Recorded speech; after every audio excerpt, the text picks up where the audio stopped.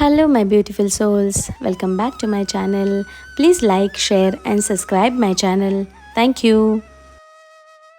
श्री शिवपुराण श्री वायवीय संहिता पूर्वार्ध 30वां अध्याय ज्ञानोपदेश।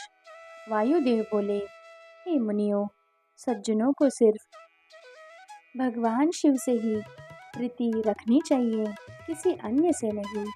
भगवान शिव तो सर्वज्ञाता हैं।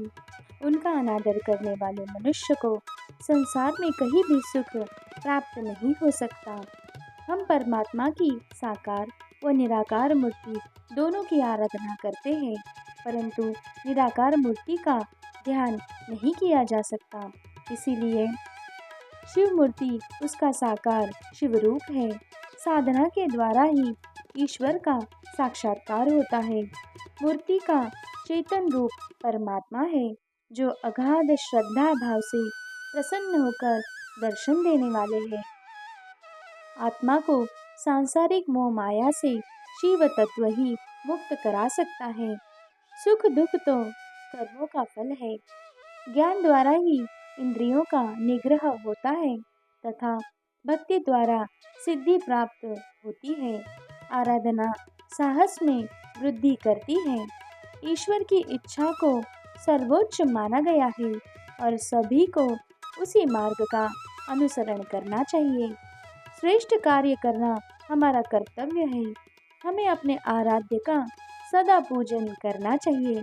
त्रिलोकीनाथ कल्याणकारी भगवान शिव के संयोग से आत्मा शुद्ध हो जाती है। अज्ञानी भगवान शिव की भक्ति करके अपनी आत्मा के अंधकार को दूर करते हैं। भगवान शिव की प्रेम रूपी लौ मनुष्य को शिव रूप कर देती है।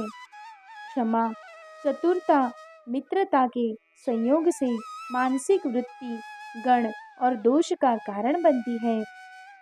संसार से मुक्ति की कामना करने वाले अनुग्रह को अपनाते हैं। भगवान शिव अपने भक्तों पर सदा कृपा करते हैं। वे अपने भक्तों की सभी कामनाओं को पूरा करते हैं। जीव इस संसार में परतंत्र होकर अनेक दुखों को भोगता है, परंतु शिव जी की कृपा से ही वह स्वतंत्र हो सकता है। जीवात्मा तो अजर अमर है। सुकर्म और कुकर्म दो प्रकार के कार्य हैं, जो जीवन को श्रेष्ठ या निकृष्ट बनाते हैं। माया मोह में फंसकर प्राणी हिरण की तरह इधर उधर भटकता रहता है। शरीर में सबसे ऊपर परमात्मा, मध्य में अंतरात्मा और अधोभाग में आत्मा का निवास होता है। इसी प्रकार भगवान शिव सबसे ऊपर, मध्य में ब्रह्मा और नीचे श्री हरि विष्णु का वास है।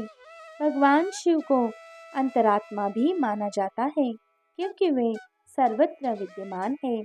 अच्छे कर्मों द्वारा उच्च योनि तथा बुरे कर्मों द्वारा निम्न योनि की प्राप्ति होती है। सत्व, रज तथा तम गुण त्रिगुणात्मक योनि प्रदान करने वाले हैं।